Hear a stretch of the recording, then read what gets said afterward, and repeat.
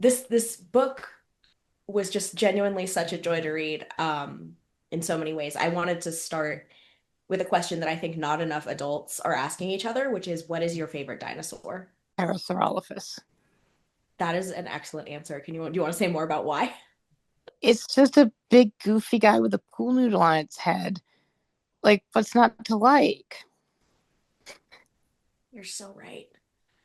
Oh, Like, do you amazing. want your dinosaurs bipedal or quadrupedal? Parasaurolophus got you either way. Excellent. That's a good point. What's yours? Honestly, I am a big fan of Archaeopteryx, which I was excited to see mentioned in your book as well.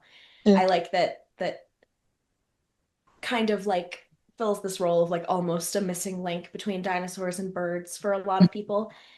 Plus, he's just a little guy, and I Yeah. can relate to that. So first thing I wanted to ask, the stories in this book really do a fabulous job of combining like literary, historical, comedic, science fictional, like references from kind of all over the place. And I'm wondering, like, when you were writing each individual story, um, were there any of those seeds that tended to start you off, or was it just kind of a little bit more of a puzzle assembly? Like, what was the process like of joining all of those parts together? A lot of the stories started off with the title. I literally went through like extinct animals and tried to think of puns. I have a list on my phone still of things I didn't get to use yet, like Dial M from Megalodon was one of them. Mama Myosora, Mona Lisa Smilodon. Yeah. So Joan of Archaeopteryx, for example, like that is one of my favorites. It literally started because I already had a story about people riding dinosaurs. Like, I want to write more about this. Like, basically, my brain was like, "Hey, who rode horses? Joan of Arc." That's clearly the only right answer.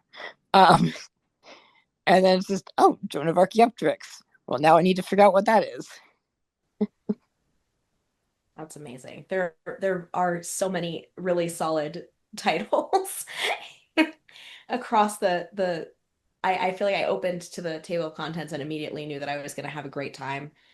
Um, Let me see. Well, I my next question was going to be like, were there any ideas that you had that didn't make it into the book? But you kind of already touched on that. If there's any more you'd like to mention, though, I'd love to hear them. There's actually more ideas that I put in on the final draft of editing than I thought I would. So it's, like I thought my story was done. Like I thought I had told the whole story through the whole book, and then I went back to add like one thing to a story, and I thought, oh, I can make this important. So I didn't. I really didn't know what to do with the story. I just had title ideas, but once the story got there, I was discovering it as I wrote it, basically. So fun. It felt very intentional, like throughout, but almost in like a lot of like disparate parts weaving themselves together in a way, which The first it's last ones were the only ones I knew ahead of time had to go there. So I was writing to the end of the last story the whole time, but I just took a lot of meandering paths to get there.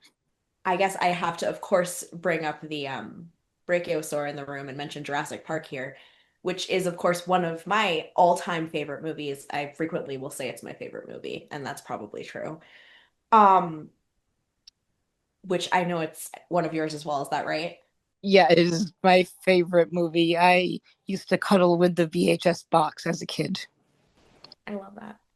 Um, so I also noticed in your book a lot of or at least a couple of like overlapping themes between Allosaurus in Wonderland and Jurassic Park generally. Like the one that is coming immediately to mind is like the dangers of unchecked capitalism, which is a big one in Jurassic Park. I'm wondering like how much of that was something that you set out to do and how much of that kind of arose organically? Like what was the thematic vision, I guess, linking the two? When I am not writing about dinosaurs. Themes come up that still remind me of Jurassic Park. Um, like your scientists were too preoccupied with whether they could, didn't stop to think if they should. That's a big thing. There is one story that I wrote specifically to make a Jurassic Park reference, and it is Pirates of the Precambrian or Cambrian. I forget what I called it. Pirates of the Cambrian. Yeah, the whole thing was once I got the basic plot of Amelia Earhart gets stuck in dinosaur world, I knew I was writing at a clever girl reference. Excellent, excellent. And I Um, called my friend and was talking about this, and I said, I made Fred Noonan into a velociraptor metaphorically. And she's like, I hate that I know what that means. so good to have supportive friends. You You could know, drive crazy with dinosaurs. my friends only know about Fred Noonan because of me. I guess last but not least, if you went through a portal to a wondrous land, what would you hope to find there?